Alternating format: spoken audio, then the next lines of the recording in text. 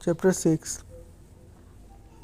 There had followed then a time of such happiness that Chips remembered it long afterward, hardly believed it could ever have happened before or since in the world. For his marriage was a triumphant success. Catherine conquered Brookfield as she had conquered Chips. She was immensely popular with boys and masters alike. Even the wives of the master tempted at first to be jealous of someone so young and lovely, could not long resist her charm. But most remarkable of all was the change she made in Chips. Till his marriage, he had been a dry and rather neutral sort of person, liked and thought well of by Brookfield in general, but not of the stuff that makes for great popularity, so that stirs great affection. He had been at Brookfield for over a quarter of a century, long enough to have established himself as a decent fellow and a hard worker, but just too long for anyone to believe him capable of ever being much more. He had in fact already begun to sink into the creeping dry, and then came his this astonishing girl wife whom nobody had expected, least of all Chips himself. She made him to all appearance a new man, though most of the newness was really a warming to life of things that were old,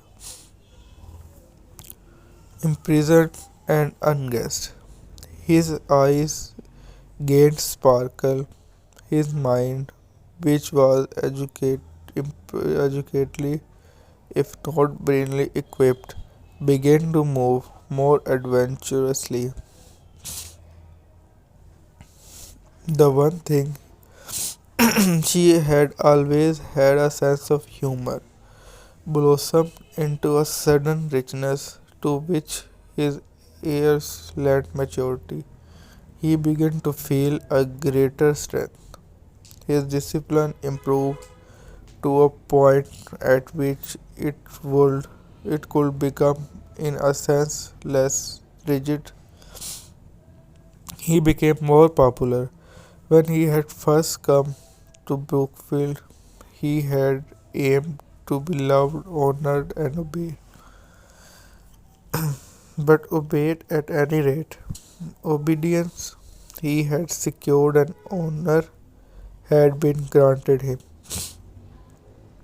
But only now came love, the sudden love of boys for a man who was kind without being soft, who understood them well enough, but not too much, and whose private happiness linked him with their own. He began to make little jokes, the sort that school boys like, mnemonics and puns that raise laugh at the same time imprinted something in the mind. There was one that never failed to please, though it was only a sample of many others. Whenever his Roman history form came to deal with the lex canula, the law that permitted patricians to marry plebeians, Chips used to add, so that you see if Miss Plebs wanted Mr. Partition to marry her,